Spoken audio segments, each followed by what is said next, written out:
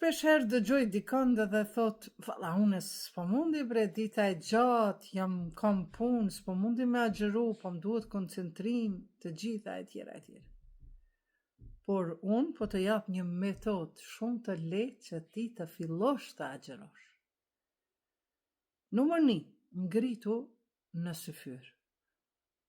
Ha, pi gjëra të kalorishme, që të begati që ti ka dhënë Zoti, dhe pastaj vazhdo derisa të mundesh. Por nuk po mundi thot me agjëru, jo për shkak ushqimit, po për shkak cigares, edhe najherë që shtu naj birë, po duhet me ngrejt se makonda, shpirti ma do, alkoholin. S'ka problem. Prap ti, ngritu në syfyr, ullu në sofrën e iftarit, mos ha, mos pi gjatë ditës kur gjo, kur të bjerë mendja për cigare, dheze një cigare, kur të bjerë mend për një birë, merër pije një birë, sepse ti e fillestar, dhe kjo mos më keq kuptoni. Ti nuk e ki agjërimin e plot, por këtë ty shumë ka me ta vlerësu Zoti që ti po provon me zbatu një dëshirë të Zotit që ai neve na ka bërë obligim agjërimin. Por a bën bra agjërimi edhe me agjëru, mos me hongër, mos me pi, e knena naj cigare me dhes. Agjërimi është i Zotit. Muaj Ramazan është i Zotit. A i keni pa?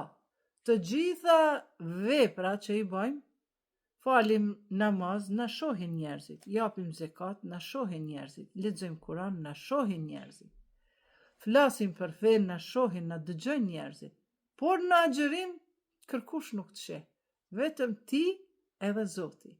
Prandaj, Zoti të njeh ty sa mundesh. La yukellifullaha nafsan illa wus'aha.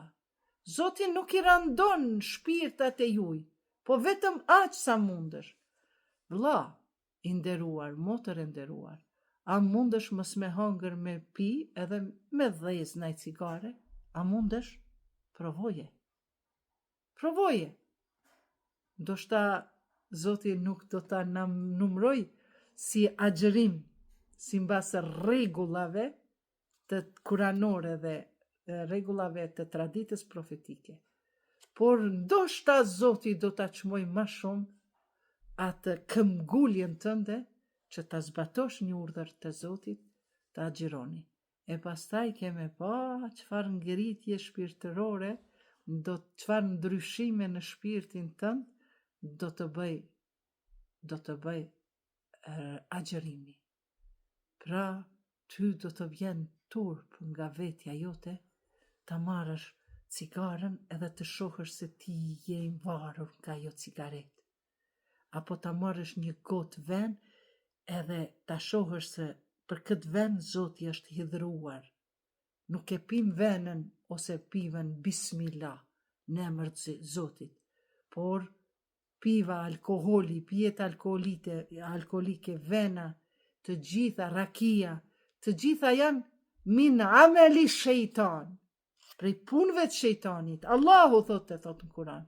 Prandaj nuk thëjmë bi ismillah në emër të Zotit, por ato jetu pi në emër të shejtanit. E syfyrin e ke bo në emër të Zotit vendosa me agjëru këtë ditë të Ramazanit. Krye në emër të Zotit. Por cigaren, dyqysh, e pin e dhez një ditë dy, po të garantoj që ka dal, kime gjujt edhe cigaren, kime gjujt edhe alkoholin. Mos thuj nuk mundem.